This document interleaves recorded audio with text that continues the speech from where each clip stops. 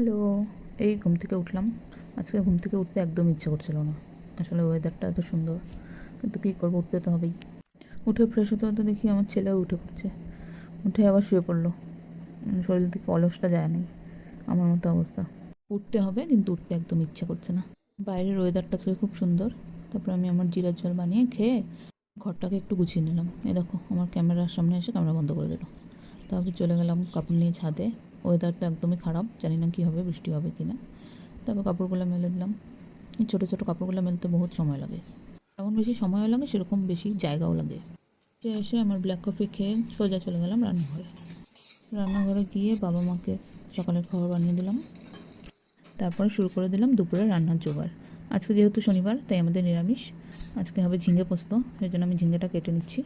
ঝিঙে কেটে ঘরটর মুছে ছেলেকে খাওয়ায় একবারে স্নান করে আমি যাব রান্নাঘরে। আবার রান্নাঘরে এসে প্রথমে দুধটাকে ছানার পাউডার দিয়ে ছানা বানিয়ে নিলাম। তারপরে করে নিলাম পাট শাকের ঝোল। আর করবো কাঁঠাল দিয়ে মটর ডাল। এই জন্য কাঁঠালগুলোকে ভালো করে ভেজে তারপরে ডালের সাথে সেদ্ধ করে নেব। ব্যাস, কাঁঠাল দিয়ে মটর ডাল করা রেডি। এবার ঝিঙে পোস্ত বসিয়ে দেবো। ঝিঙে পোস্ত হয়ে গেলে আমার বড় আবার বলছে যে কাঁঠালের ডাল খাবে না, তার জন্য আবার আলাদা করে অল্প ডাল করলাম।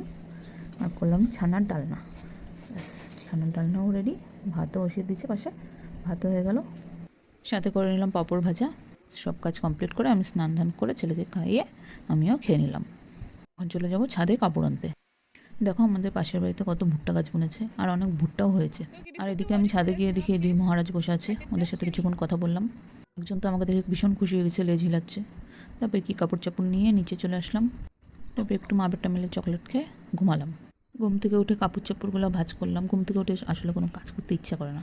তারপরে চলে গেলাম রান্নাঘরে। রান্নাঘরে দুধ চাল দিয়ে বাবাকে চা দিয়ে বানালাম সেওই। সেওই খাইতে ইচ্ছা করতেছিল অনেকদিন থেকে, তাই বানালাম। সেওই বানায় নিজের জন্য 1 কাপ চা বানিয়ে নিয়ে এসে খাইলাম। তারপরে মনে হলো একটু স্কিন কেয়ার করি। তারপরে একটু স্কিন কেয়ার করে চলে গেলাম রান্নাঘরে। সবার জন্য বানিয়ে নিলাম পরোটা। তারপরে সব কমপ্লিট করে এসেছি শুতে। তখন মনে পড়েছে আমি তো নেল পালিশ পরিনি। কালকে যেহেতু সানডে, এক জায়গায় যাওয়ার ইচ্ছা আছে। সেখানে যাওয়ার ইচ্ছা প্রায় 1 বছর ধরে, কিন্তু আমাদের হচ্ছিলই না।